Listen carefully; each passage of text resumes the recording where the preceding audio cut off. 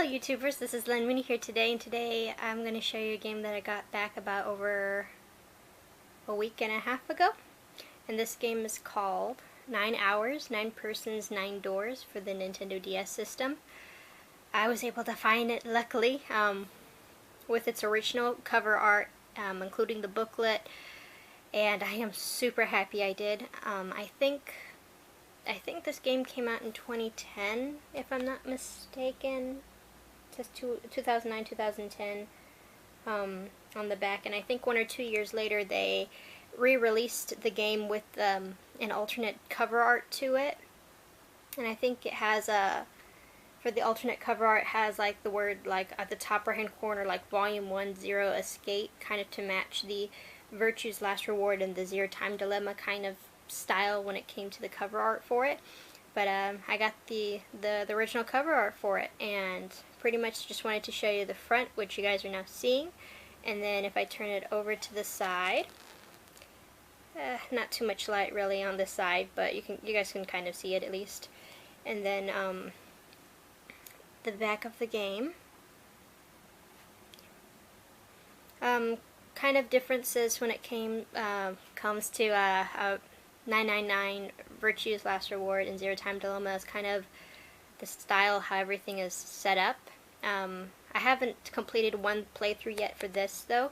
I'm in about 7 hours, so really early into the game for it, to be honest. But from playing Virtue's Last Reward, where that one was more timeline based, and after you completed a certain portion within the game, you could view that timeline, and you can actually go from one timeline to another whenever you go through the different doors. So if you have the magenta, yellow, and blue, the timeline would split into pretty much different branches in Virtue's Last Reward. And within Zero Time Dilemma, the third installment, you have fragments. So everything is pretty much in little, well, it's fragmented, of course, obviously, and you don't know really how everything is mashed together until later on, whenever you get more of those fragments, and then it's kind of obvious how the timeline flows then for Zero Time Dilemma. But for 999, it looks like it's just you do everything, and then I'm guessing whenever you get to the ending and stuff, you can be able to go back again and do it over again. But it doesn't look like it really has like a separate thing where you could go into a timeline to pick and choose which puzzles you're going to be doing next if you want to, or if you want to go out of the order and then come back to it later. It looks like it pretty much, this will be pretty linear in terms of being able to go back and forth versus in Virtue's Last Reward and Zero Time Dilemma for the timeline and the fragmentation for the other one. But I am really enjoying 999.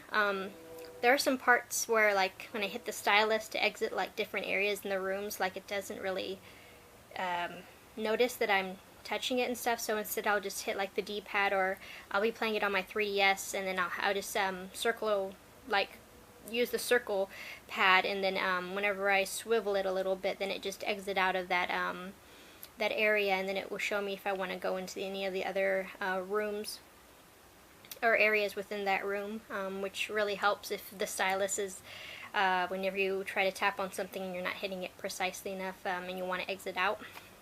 So that helps. But right now though, for the story mode for it, I am thoroughly enjoying 999. Besides playing this game, I'm also currently playing Trails of Cold Steel for PlayStation 3 that I got a couple months back. I'm really into that game, but I'm kind of into it where I'm early into the game. I haven't gotten really far into it. If I try to explain what I'm trying to say, right now I think I'm still in Chapter 1. I'm doing the side missions, the side quests, making sure that whenever I'm in town and stuff, I can be able to not level up, but be able to strengthen any of the weapons that I need to for my team members, and make any enhancements that I need to for the team. And just pretty much, it's just fun playing even Trails of Cold Steel, just going around the town and visiting the different shops. It's very vast. the town and then the school where you're at within Trails of Cold Steel, and that's one of the appeals that I really have into it. It's very diverse for all of the stuff that it has to offer, so I'm really loving that game right now.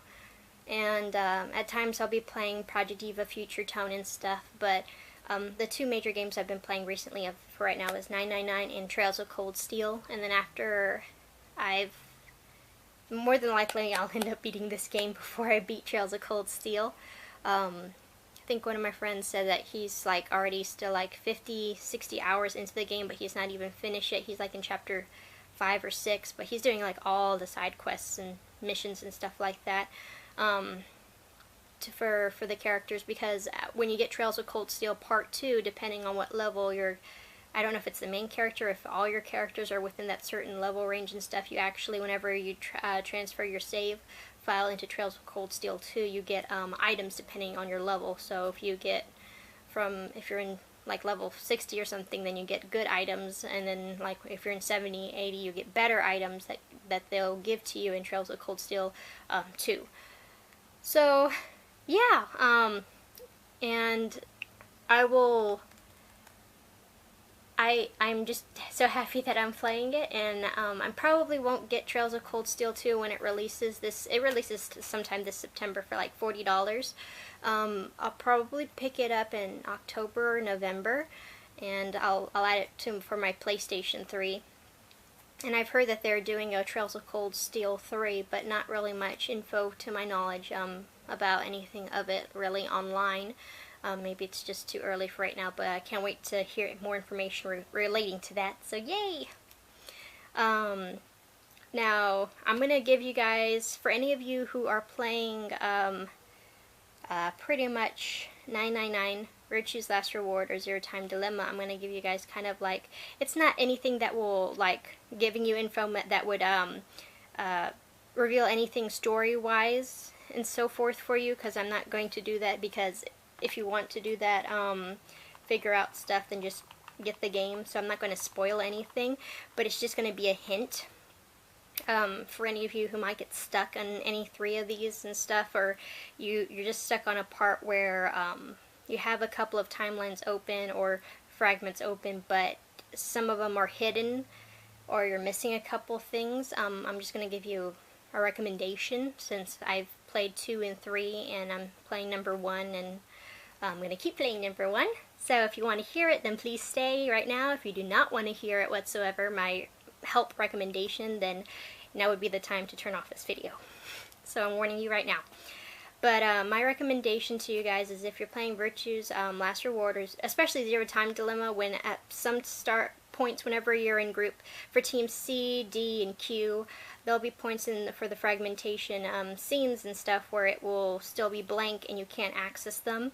Highly recommend you guys to, whenever you play in the beginning parts for both C, D, and Q teams, whenever you make your first vote, whatever vote you did cast originally the first time around, then do the opposite and try to make it to where, like, in some certain ways and stuff, like it would be for D team, if you'd voted for Q or C team, and if you voted for one, then do the opposite next time. Like, keep doing that repeatedly until you see 3 cutscenes from both team C, D, and Q, and that will actually unlock a couple of other fragments within Zero Time Dilemma, for those of you who may wonder why certain things are not yet unlocked and stuff. My highly recommendation is, of course, going back and reversing your answers. And it's the same thing for Virtue's Last Reward. If you like to hit the word, like for me, I loved hitting ally.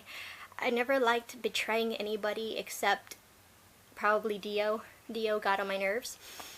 But besides Dio, if you want to get more, especially, you'll need to hit betray whenever getting a certain information that you need in order to get the true ending for Virtue's Last Reward. So that's my recommendation to you guys if you are going to be playing this game. And before you stumble onto that and kind of feel frustrated as to why certain things aren't yet made available to you and you thought you've unlocked everything, just go back into it, hit ally, and then hit betray, hit both options and hit both choices as well for Zero Time Dilemma as well. And as I said, I think 999 is more linear in the sense where you just go from one door to the next door in the sequence, and depending on what choices you made in 999 will affect the ending for you. So once I do my first playthrough, then I'll change a couple of things. Maybe I'll go through another door versus the door that I went the first time. I'll answer some questions differently with some of the other characters, just to see what types of endings I'll get within the game as well. So yeah, this was pretty much it for this. Oh, I was gonna show inside this game. I was like, okay, where did the game go? I think it's in my DS. But here's the booklet it came with, which is really nice. And I think I have the game in my 3DS, my white 3DS, my original white one, if I'm not mistaken. Let's see if I pop it out. Yeah. This is the game right here, so if I can just do this, and there you go. There's the game itself right there. So, yeah. And then I was just playing it on my white 3DS that I have. And whenever that runs out, then I switch to my DSi and then Japanese 3DS. So, yeah. This is pretty much it for this video. If you guys have any comments, questions, please leave them down in the description box down below, and I will get back to them as soon as possible. And I hope you guys enjoyed. Thank you very much for watching. Bye-bye.